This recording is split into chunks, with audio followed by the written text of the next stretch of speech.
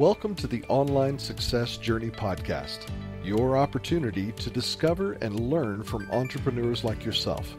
This is not your typical podcast, but a place where you can get the real story and find out how real people encounter speed bumps and detours, but journey through to find success. Now here's your host for the Online Success Journey Podcast, Patience. Welcome to Online Success Journey. This is episode 353. We have a wonderful guest for you today. So make sure to click and subscribe right now and ensure you'll never miss a journey. I post one episode each week and each guest has a fascinating story to tell. Today we have Roger Nairn, a podcast agency leader. He believes in the power of the happy customer and spent years managing client relationships and building brands. Hello, Roger. Hi, Patience. Thanks so much for having me. Thank you for coming. My audience are so excited to hear your story. Just start by telling us one thing we are going to learn from you today that will help us on our journey to success. I think, how to build a business, but also the importance and the need for brands to get involved with podcasts these days. Wow, I can't wait to hear more about that. Let's get started with the basics. Can you tell my audience a little bit about your background, about what you did before you started your own business? For sure. So I'm from Vancouver, British Columbia, Canada, born and raised here. And after kind of bumbling around after college, I ended up in the advertising industry. I worked in the industry for 22 plus years, working for various agencies. I was always on the client service side of things. So I was responsible for client relationships. I worked with some of the world's largest agencies, worked with some of the most incredible brands like Netflix and Walmart and Nordstrom, and eventually, started getting the bug to start my own business. I had been doing podcasting as a hobby on the side. I was absolutely loving it. Gave me an opportunity to meet really interesting people, and it gave me an excuse to reach out to them and have them come on my show. But I soon saw the opportunity to essentially start my own creative agency that exclusively produced podcasts for brands. Wow. But why do you do what do you do? Well, I love the building of a company. I love building business, the building of the business, the growth of the business, the people are coming in and out of the business. But I also love the ability to take something as incredible as podcasts and apply that to a brand. I'm a big believer that people want to hear great audio. They want to hear a podcast that has a lot of value for them. And there's no reason why that can't come from a company. There's no reason why that can't be produced by a brand. And so that's what my company at Jar Audio does, is we allow brands to deliver that incredible value to its listeners. Where do you see the podcast future? Well, I think it's going to continue to grow. Right now there's over 2 million podcasts. So, many could argue that there's already a lot of podcasts, but I think where you're going to see growth is in the production quality, as well as the niche sort of focus of individual podcasts. So brands are going to, zero in on their specific audience and create content that is tailored specifically for them versus a little bit more generic. And so you're going to see a lot of high quality podcasts that are quite focused in niche, depending on who that audience is. What should companies start their own podcast? Well, I would say start by reaching out to an agency like ours at Jar Audio. But I think the biggest thing is sit down and ask yourself why. Why do you want to create your own podcast? And it should really be zeroed in on who your audience is. So who's the audience that we're looking to either, further our relationship with or start a new relationship with? Really dig into what do they need? What value are they seeking in that relationship? So if it's an audience that requires some help in a certain topic matter, or perhaps they need to be receiving some sort of emotional connection, whether it's a good laugh or a cry, be really crystal clear on what your audience needs, and then build the podcast around that. I think too many times brands get started with a podcast thinking that they have something to say, but the reality is that there's no audience that wants to listen. You have to reverse that and ask yourself first, who's our audience? What do they need? And then how can we deliver that in the form of a podcast? Let's put man aside. How do you know you are successful? Ooh, that's a good question. I think I'm successful when when I'm, reaching the goals that I've set out. But also, I feel like success has a lot to do with. That's a great question. I think a lot of times success has to do with just the satisfaction in accomplishing a string of the little things in your business or in life. I think too many times we tie success with, reaching the mountaintop or reaching a certain pinnacle. But for me, success is sort of tying the little pieces together, and creating more of a feeling than a specific outcome. Tell my audience about the magic moment, the day it suddenly all went right for you. Well, when we first started the business, I had tried to start businesses in the past, and I would get really hung up on all the little, nuanced stuff, like what the name of the company is going to be, or what the business card should look like, and all that crap at the beginning of the company. The reality, though, is that I was just procrastinating, and I was afraid to actually start the business. What I wasn't doing was actually any work. I wasn't really starting. And so when I sat down with a couple friends of mine and started talking to them about the potential of starting a business, we landed on this idea of creating an agency that service, companies and brands to help them produce their own podcasts. But I told them that I'm not going to do this unless we can put the minimum viable product out in the world and see if there's any interest in it at all. And if there is, we'll just kind of go step by step by step. And so we made a pact that night to try it out. I went home and put together a little message that I sent out to 8 people on LinkedIn. I sent them direct messages on LinkedIn. I said, this is the type of company we're looking to start. This is the service we're looking to offer. Is this of any interest to you or anybody you know? The second person who responded said, you're not going to believe this, but my wife is the head of digital marketing for this big company, and she's looking for this exact thing right now. Here's her contact information. I reached out to her immediately. We set up a meeting for 2 days later. It happened to be that it was Sage Natural Wellness, which is one of the world's largest aromatherapy brands. They're an incredible retailer, locations all around the world. We were in their office, a few days later talking about podcasts, and they said, send us an estimate. Let's get going. And that was literally the way our company started. And I think, that was just a sign to me that you have to get started. You have to just start doing the work, and all the little pieces are going to fall in place as you keep moving. But you have to start, you have to keep moving forward. What do you need to create a successful podcast? So I think you need to be crystal clear on who your audience is. You need to be crystal clear on what the podcast is as far as like what the value is that it's serving to that audience. And then you need to put the pieces in place to deliver on that. So, there's different formats of podcasts. There's kind of the one-on-one interview like we're having right now, or maybe it's a panel interview. Maybe it's more documentary style. So establishing sort of what the format is, and then putting together a season plan. So, 6, 12, 18 episodes that, essentially tell you that, this is what planning should look like to go into the, to the season. And so then you have a bit of a roadmap for how you are going to be producing the show. You then start looking for guests that can slot into each of the topics that you want to talk about, start reaching out to them, and you just start recording and editing and going from there. What have you learned from business as a whole? Oh, so many things. I mean, I think the biggest thing is be really, really on top of your finances. That's my weak point, and I put that off too late to get some help.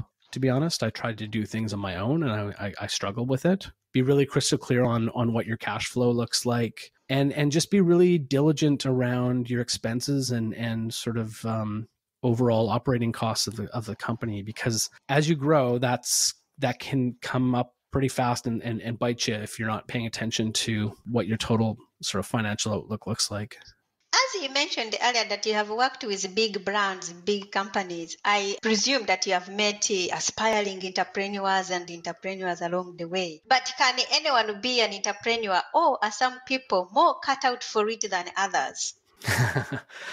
I mean, I think anybody can be an entrepreneur but it is very much a learned skill. It's not an innate skill. It is a learned skill. And I'll tell you where I think the bit that gets people caught up the most is that as an entrepreneur, you're constantly running into problems and challenges. And I think that scares a lot of people when it happens because it doesn't stop happening. And I think that's the bit that needs to be taught, is that you're never going to not have those problems and challenges. You're never going to not have issues coming your way. And so I think part of being an entrepreneur is actually learning to live with that. And it's so much of it is psychological and understanding that you're not necessarily doing anything wrong. I mean, you might be, but for the most part, entrepreneurs are going through the exact same challenges, and this is just part of the process. And so I think you can teach that to anybody if they're willing to learn. I don't necessarily think that entrepreneurship is a sort of an innate skill. It's something that can be taught. If you could rerun the first year of your business, what would you definitely know to do? That's a great question. Well, I think we didn't properly price out our services out the gate. We just kind of judged what the market was willing to pay. And I mean, that's not wrong, but it's also, I don't think we've properly factored in all of our costs and time that goes into everything. And I think we were honestly, because not a lot of companies had done what we were doing. And so I think we thought, we'll just take whatever the market's willing to pay us, but didn't really think about kind of, I guess it was a little bit of lack of confidence in our service coming, as we started out. And so we didn't properly price based on what we're worth. We priced based on what the market was willing to pay. And that was a bit of a misalignment, because we obviously have our expenses that we needed to factor in. And so, we lost some money on the first few projects, but we learned from it. What is one thing that has contributed to your success? I mean, I think a big part of it is we want to create a great product and we want to service our clients at the top level. But then throughout all of that, we're actually, we're nice people and we don't hire jerks. We are very clear on sort of the culture that we have and who we want to attract to the company. And that has permeated throughout everything that we do. What grounds you? My family and the satisfaction that I'm building something and it's not going to be perfect. It's going to be what's the result of the effort we put into it.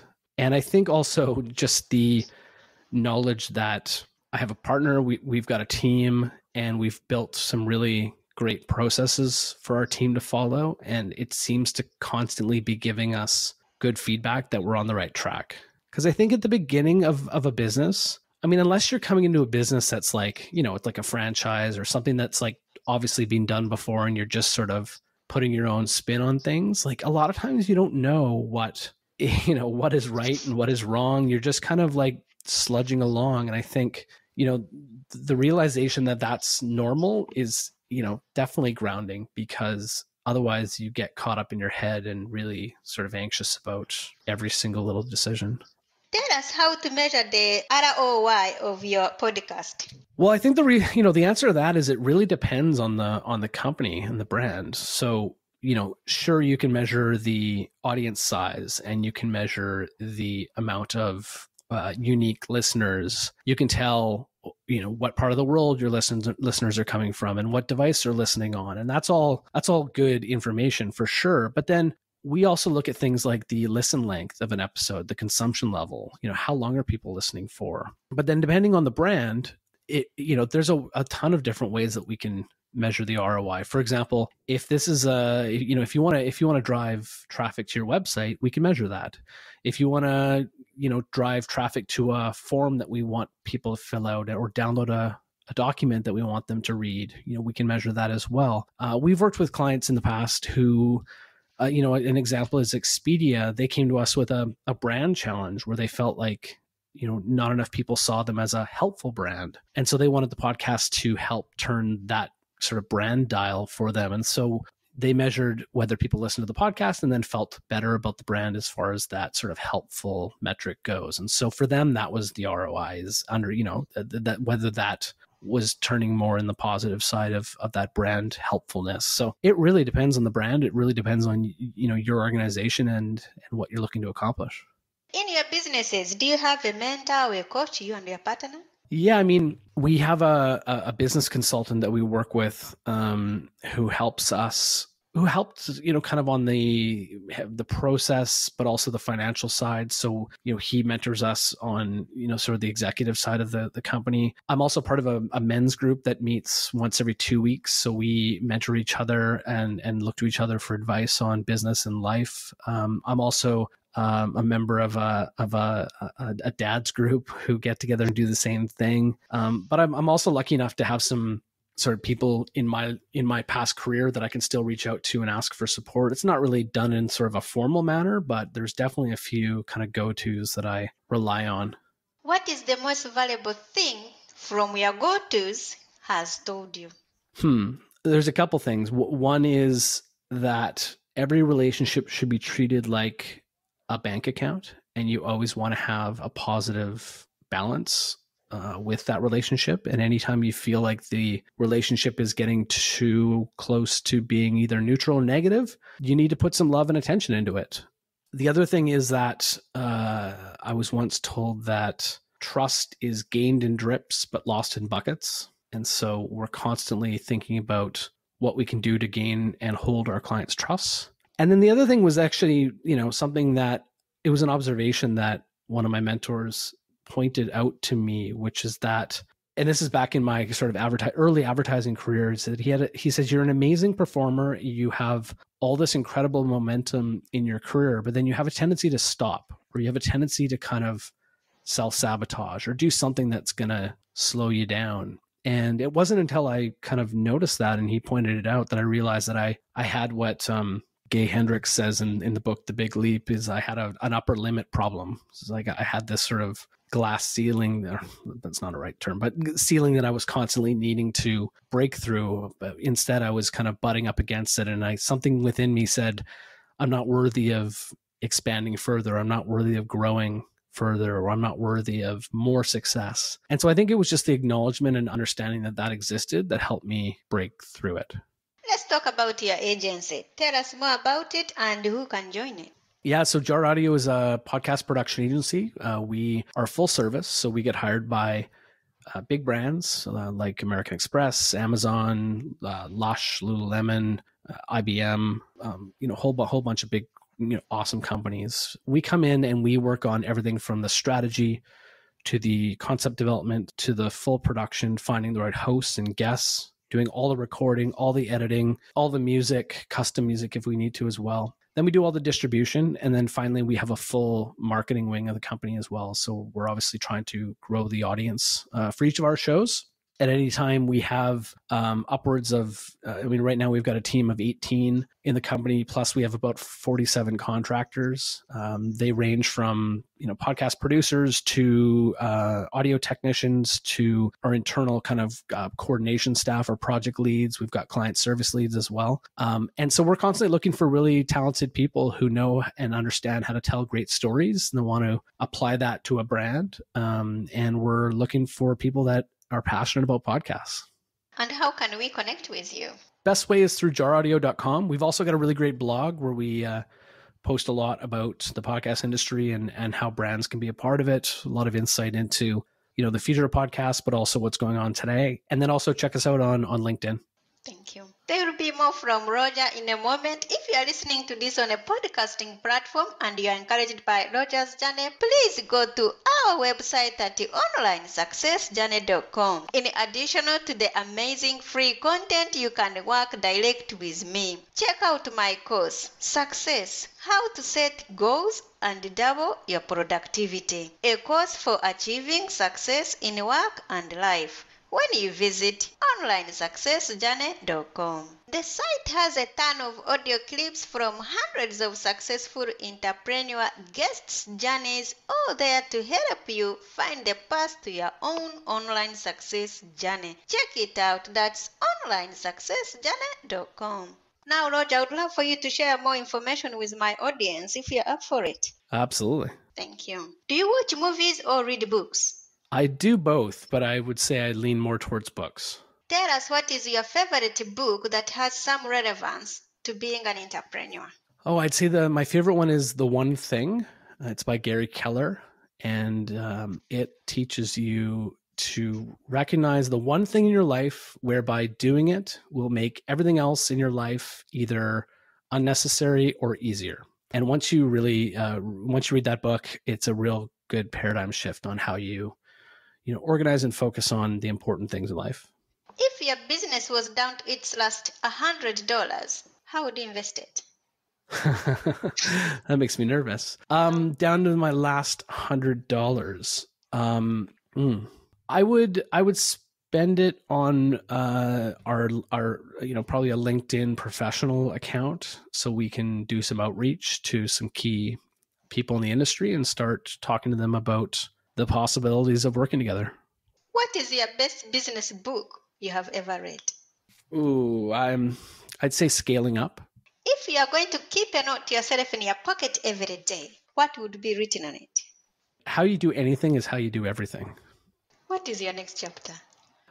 Continue scale Jar Audio. We want to be the world's largest podcast production agency that services clients and brands, and that's what we're going to do.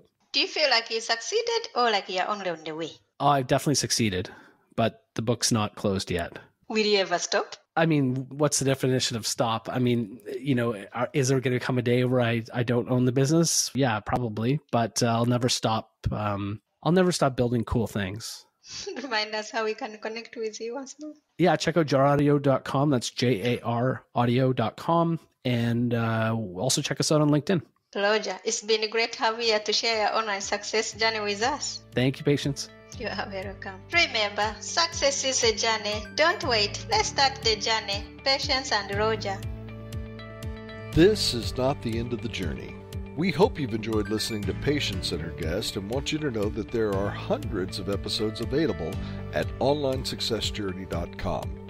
Patience would like to thank you for listening to the podcast, and she has a free gift for you on her website, including an audio compilation of her guests' best tips, uplifting stories, and even a bit of fun.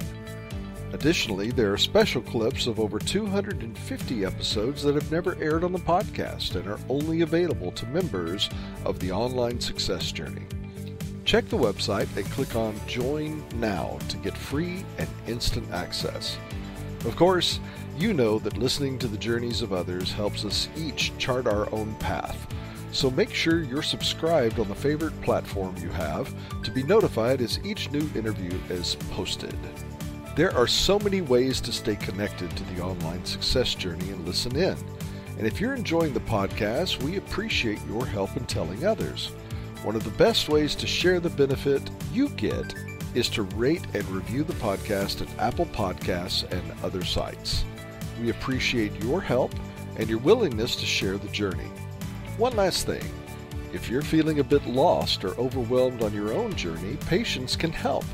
Check out our coaching sessions on how to set goals and double your productivity while you're at the website. Working with Patience is a great way to get back on the right path. On behalf of Patience, and until next time, thanks once more for listening. It is our hope that this podcast will guide you on your own online success journey.